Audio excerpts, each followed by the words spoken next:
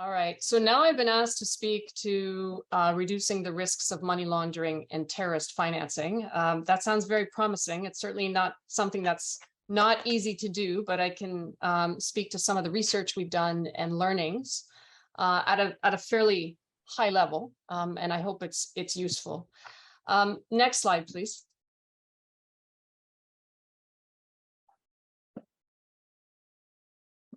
So you have seen this slide or a version of this slide previously, which is an introduction to the organization.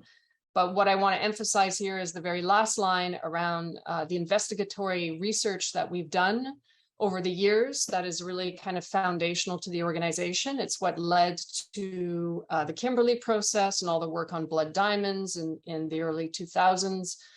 We've done a lot of research on Dubai as a trading hub for the illicit trade of diamonds and gold. Quite in-depth research on illicit traders in Africa, in West Africa and Central Africa. You see one of the reports there, the intermediaries, as well as research into India's role in the illicit gold trade. So I invite you to take a look at those reports if you get a chance. India might seem like a long way away, but we found links to the Dominican Republic. The Dominican Republic acting as a trading hub as well for gold flows from Latin America to the international market. And of course, Dubai is an international center of enormous magnitude for gold trade, legal and illegal. Next slide, please. So here is access to capital and financial inclusion, and why is it critical now to countering money laundering and terrorist financing in ASGM, most importantly because illicit actors and terrorist groups often step in where there's a void. So where you find areas that are isolated or where that are essentially fragile, these actors will step in, especially where the government has very little control or very little presence. They will step in to fill a void by providing financing, providing access to goods and services and other forms of support. And in the African context, of course, they will do that to access resources directly, financing their operations or for opportunities to launder money. They're also doing it to deliberately destabilize at times, to gain the sympathy from the population, to recruit members. And we've seen in West Africa and Burkina Faso, most recently, there is an increasing amount of violence in ASGM mine sites. And it's not so much about the resources, but about actually attacks on civilians in ASM communities that will get the government to react. And they've been shutting down mine sites, which then angers the population and further delegitimizes the government. And so violence in the gold sector is not just about, accessing the resources. It's also about instrumentalizing for political objectives. So you've next to the next slide, please. You will have seen the next slide. It's the one I presented earlier. And again, it's about what the illicit market.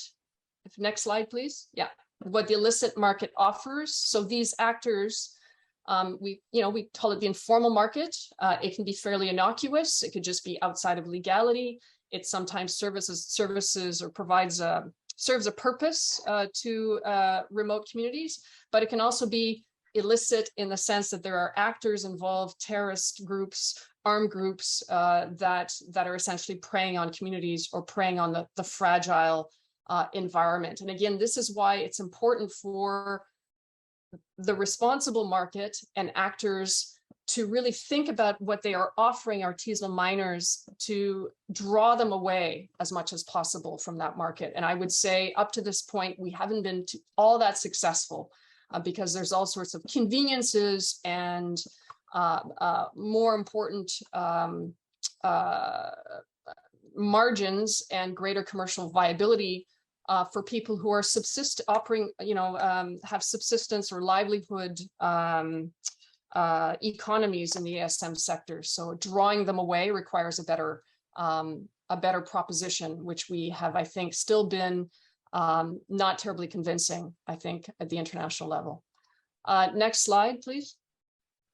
And I just want to remind people that the Foundations for Peace project in Burkina Faso were looking at testing how financial inclusion at the community level and for ASM can decrease their dependency. If they are more economically secure, if they're investing their own resources, if additional formal financing comes and supports them, will they become less dependent on those that are providing financing who are unknown and often have links, at least in this context, to criminal or terrorist organizations? So I think that's some fairly new research that could be relevant to the participants today. Next slide. So I just want to speak to four, I guess they're international examples about how to potentially target these risks, some things that are being done, or some of the lessons we've learned, again, fairly high level, with, I think, relevance for Colombia in the Latin American context in particular. One is about the trading hubs, including supporting regional approaches, intergovernmental regional approaches, thinking about recycling, which is overlooked, and it's a huge form, or potentially a huge form or avenue for illicit trade, sanctions, and finally beneficial ownership and public registries of beneficial ownership. But you know, these are potential avenues, tools, experiences that have been tested. But criminals are always one step ahead, unfortunately. You know, you block one hole and they appear somewhere else, or you're creative one way and they're always one step ahead. So it requires constant creativity, adjusting, thinking. So by no means are any of these solutions perfect or a complete solution. I'm not convinced we will ever have a complete solution, but they will go some way, I think, to addressing the issue. Next slide, please. So it's a pretty, it's actually a pretty packed slide. I'm just referring to or drawing attention to global interconnections, which may or may not be linked to Colombia, but I think are linked to many countries of the world. And this requires, of course, a more strategic and higher level approach to the issue. And it revolves very much around trading hubs, free trade zones, global gold centers, as they're known. And what's become obvious is how, you know, continents don't divide gold contexts. We are currently, the bullet there that says Peru, Kenya, DRC, we are currently conducting research with the Colorado School of Mines and Consilium Resources, funded by the National Science Foundation, that is actually looking at, you know, the convergence nodes between these different contexts and how gold and mercury move together, often from Latin America or DRC and Kenya. So we're essentially mapping the connections between these different contexts via gold and mercury. And what's quite astounding is that, again, there are almost no boundaries. You know, the gold moves across these geographies fairly easily, as does mercury. So that's research that's underway. Again, I go back to Dubai and the fact that it is a major international and regional financial center and trading hub for gold. A lot of the world's gold goes through Dubai, certainly almost all of all of Africa's ASM gold, but also from other continents as well. And importantly, the FATF has found important strategic deficiencies in Dubai. And while you know, they comply on paper, there are serious concerns. They're essentially on the verge of being blacklisted because UAE is exposed to significant money laundering and terrorist financing risks. Again, they've taken steps on paper, but have yet to demonstrate any sort of meaningful implementation or effectiveness, evidenced by the fact that in spite of a number of cases having been identified of money laundering and terrorist financing, there has not been a single prosecution. So Dubai continues to be a major player, and I would argue that actually with sanctions on Russia for diamonds, but also on gold in terms of accessing you know, currency exchange, et cetera, that and foreign banks, that I suspect, and I think there's more evidence that are pointing to this all the time, that Dubai is actually playing an even greater role ever since the screws have been tightened on Russia. So I think there's further research opportunities there. It's fascinating, but also disconcerting. Importantly, again, to look at again, the global interconnections. You might be aware that there was 7.4 tons of ASM gold with a market value of over 300 million that moved from Venezuela to a refinery in Uganda. It was seized there, but it certainly wasn't the first shipment, may not be the last, again, likely on its route to Dubai. So these continents are very interconnected. It's also interesting that the Russian foreign minister is in Uganda at the moment as well, and Uganda is notorious for essentially being a flow through for gold from DRC and Sudan, but also from Venezuela in this case, again, en route to Dubai. So we are all interconnected. As well, Panama in the region obviously is very important, and I think also of increasing concern. And here we see, as well as in a number of other,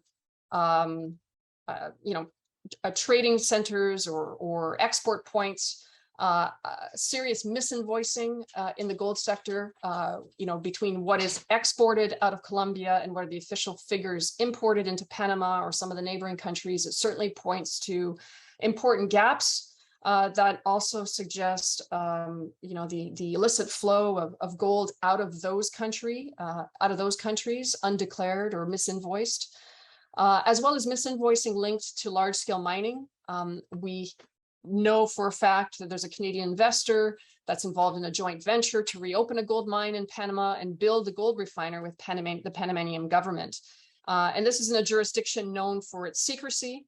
And so, of course, the risk there that is being created for the illicit gold trade, I think with direct implications for Colombia and, of course, Venezuela and Peru and a number of other countries. Because, in fact, the production capacity of that country is extremely small. So opening a gold refiner in a country with very small production capacity, essentially, it's a bit of rinse and repeat. We're seeing the same thing in Uganda. We've seen the same thing in Rwanda. So the countries neighboring some of the largest gold producers, we see these refiners pop up, often with ties to Dubai, Russia, India, and they become essentially flow-throughs, again, through misinvoicing or misrepresentation of the production capacity of that country. We've seen the same thing with Dominican Republic. In our India report, interestingly enough, there's a link between Dominican Republic and India, but it's essentially that there's clearly gold leaving the Dominican Republic that, again, is not produced there because we know the production capacity of that country, and the exports are exceeding the domestic capacity. And this, again, is linked in this case to a couple of large-scale mining projects. So hiding or disguising ASM as the exports of a large-scale miner, and that could involve the complicity of the state or others. And that gold is making its way into India. And finally, I just want to draw attention to kind of the Russia, India, China, Dubai connection. I think it's very du jour, but I think it speaks to the volumes and the complexity of the issue. Russia mines its own gold. It's an important miner. It has 1/5 of all the gold reserves of the world. So 1/5 of all gold reserves are held in Russian banks. And ever since they annexed Crimea in 2014, they've been essentially positioning themselves throughout Africa, nurturing contacts, especially with military governments, but in some of the most, I would say, insecure countries, those with the weakest controls, known smuggling routes, and greatest capacity or greatest production of gold. So they have an important presence in Mali, Central African Republic, Sudan, Mozambique. As I said, they're currently touring Uganda. They're going to Ethiopia, I would surmise, for an exit route out of Africa of notably gold. So this is a way that, the current conflict that is not only preoccupying Europe, but having an impact on many parts of the world is, I think, can be surmised that this is in part how some of that is being financed. So again, we're interconnected, and this is a global issue requiring a kind of a more comprehensive response. Next slide, please. So where there are willing buyers, with India, China, Russia being huge markets and having a huge appetite for gold, there are willing traders, sanctions or no sanctions. There are ways to work around that. If there are blocked currency reserves, at the moment we're seeing a trend moving into using the Chinese currency rather than US currency amongst those countries to trade in goods, etc. And of course, because gold is a financial instrument, it is much more financially pliable. We can use non-dollar payment mechanisms. And so it has interesting properties that allow for much more creativity in terms of moving goods and paying for goods and effecting trade globally. Trading hubs can be interchangeable in terms of an approach to addressing the issue. We can focus very much on Dubai, but the reality is if Dubai were to shut down, Turkey would become more prominent, or China, or like another trading hub, Panama. So the idea that the London Bullion Market Association currently has a strategy of addressing and supporting the introduction of greater controls across trading hubs, I think is an important one, because you know, one trading hub will always replace another. Large traders are constantly reinventing themselves. They're becoming, I would say in the last 10 to 12 years, more vertically integrated. So previously these were all independent actors, but they had relationships. But now it's often, let's say, the same business or family in Dubai or India that has connections through shell companies or companies that they've set up in trading countries or producer nations. So they're coming, at least in Africa, they're coming closer and closer to the source all the time, more directly, having established their own companies along the way. There's obviously a lot of opportunism, as you know. They're combining with other high value commodities at time. Again, it could be mercury and gold.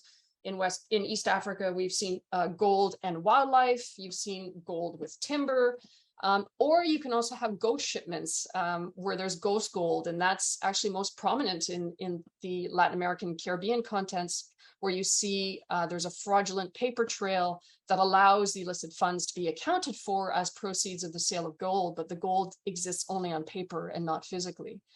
I mentioned that the weakest control points are often the largest producers, so Venezuela, Sudan, DRC, Mali, etc. But as part of supply chain due diligence and implementing the OECD guidance in particular, we really need to pay more attention to the actual production capacity of a country when we're citing countries of origin, as well as misinvoicing, looking at official export numbers and official import statistics are often very telling in terms of gaps and the volumes that are being miscounted and misinvoiced, and where you know, where that illicit gold might be flowing.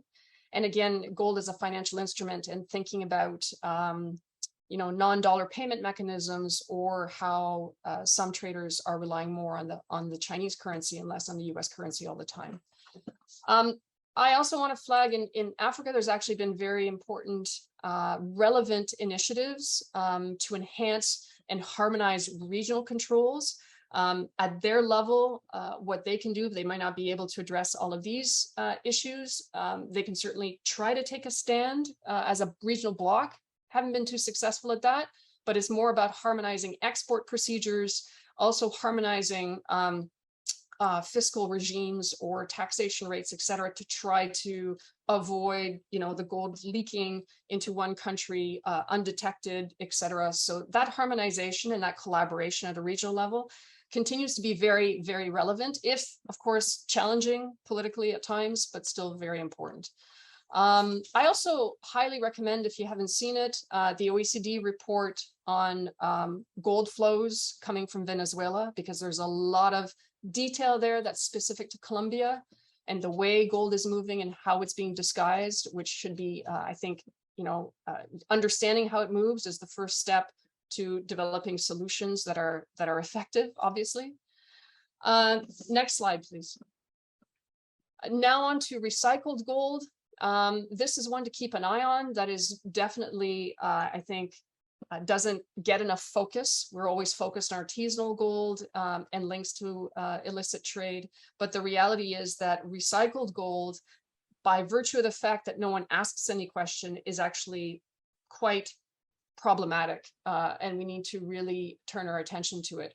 So in the LBMA's responsible sourcing report of 2020, 55% of LBMA listed refiners say they source recycled gold almost entirely from Dubai, versus 1% of ASM being sourced. That cannot be true. That has to be a complete fallacy because it doesn't match with the export figures of ASM out of DRC into Dubai. The reality is that many trading hubs, many actors are playing with the definition of recycling. It can mean anything and everything. It becomes fabrication scrap or scrap gold. If it was freshly mined yesterday and essentially gets smelted overnight, it becomes scrap and it becomes recycled the next day. So there are ways to play with definitions that need to be addressed. But the reality is, at the moment, there's no questions asked or very little about recycled gold. Nobody asks about provenance or due diligence generally, and the definition is broad. And again, of interest in terms of geopolitics, the UAE and India have just signed a comprehensive partnership agreement broadening that definition further. So I think, there's blatant opportunism here to open up and broaden the definition in order for recycled gold to be a real floodgate of illicit gold, and likely, I would say, with linkages to Latin America for sure, as a way to siphon that gold through to the international market. So definitely risks of blending with illegitimate sources and money laundering. And of course, the challenge here is everybody feels good about buying recycled gold. There's a feel-good green marketing that means that nobody's actually paying attention to it, but we have to change that discourse. Next slide, please. Smart sanctions, I think that's an obvious one. Maybe not, smart may not be the obvious one. I think sanctions is always a go-to, but there are smart ones and there are less smart ones. The FATF report that I referred to in Dubai about those systemic deficiencies, after years of UN reports like the one you see on the side, after NGO reports pointing to the weaknesses and the risks of a trading hub behaving as it does, like Dubai, nothing worked. If anything, they were just becoming a greater and greater, more powerful hub with more commodities flowing through. But the FATF report, I think, is one of the few instruments that has actually made a difference. Dubai doesn't want to be blacklisted. Dubai is essentially, at least on paper, trying to clean up its act, and there'll be another report. And so they've been really scrutinized, and they're very nervous about being blacklisted by FATF. And so that, I find, is an effective form of pressure and should be continue to be exerted. I would argue it also needs to be done on Panama and other places. Targeting large traders. So traders are large and small are not the same. The small ones are always backed by a large trader that is pulling the strings. The big refiner in Uganda that is sucking up all the gold from Sudan and the DRC, owned by Alan Getz and his brother. It's the African gold refiner. They are the ones that were caught importing gold from Venezuela illegally and bringing it on to Dubai. So they have been sanctioned. That has been a very effective measure. We need to see more of that, of the big fish, not the little trader and the little guys in communities who are often just caught up in a system and also have community relations or a part of an ASM ecosystem. Going after them may not be terribly effective. It's the large fish that we should go after. An example of an ineffective sanction has been, for example, a US Customs withhold release order that was applied on ASM gold from Eastern DRC. That means that when somebody comes to the border in the US and they declare or they're found to have ASM gold from DRC, then they have to be essentially further scrutinized and undergo further essentially due diligence investigation. So it's more burdensome.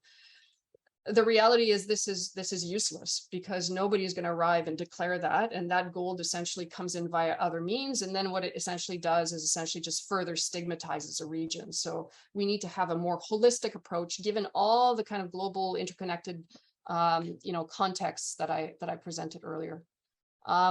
Next slide, please, and it's the last one. And this is maybe beyond Colombia's reach, but I just want to flag that Canada has taken steps to, and I'm Canadian, so this is very important, and Impact is the institutional home for Publish What You Pay Canada. So we focus a lot on EITI and on transparency, revenue transparency in the mining sector. So the Trudeau government has committed to a public beneficial ownership registry. And we call it snow washing in Canada because we have, it's estimated $113 billion worth of money that is laundered through Canada every year. So that's why we call it snow washing, because obviously there's a lot of snow in Canada. But these are stolen funds from criminals and corrupt foreign officials who launder money through secret shell companies to finance their operations. And real estate has been particularly targeted in Canada, and has also contributed to sky high housing prices, etc. Even when my family farm was for sale, we had somebody come and offer cash, no questions asked, essentially had all the red flags. And it was very clear it was a money laundering attempt. It's endemic. And the shell companies are the biggest part of that problem. And so encouraging governments, more and more governments to introduce public beneficial ownership registries, so we know who's behind all these companies. And often when you're doing this type of investigatory research, you can have a company name. Sometimes you have a company name that's similar or similarly has a similar name, like 20 different variations, and you have a sense of who's behind it, but there's no evidence because you can't get at who actually owns it. So publishing the owners is a huge countermeasure in terms of countering money laundering and terrorist financing. So that's all I have to contribute. I hope it's useful, and I look forward to your questions and comments.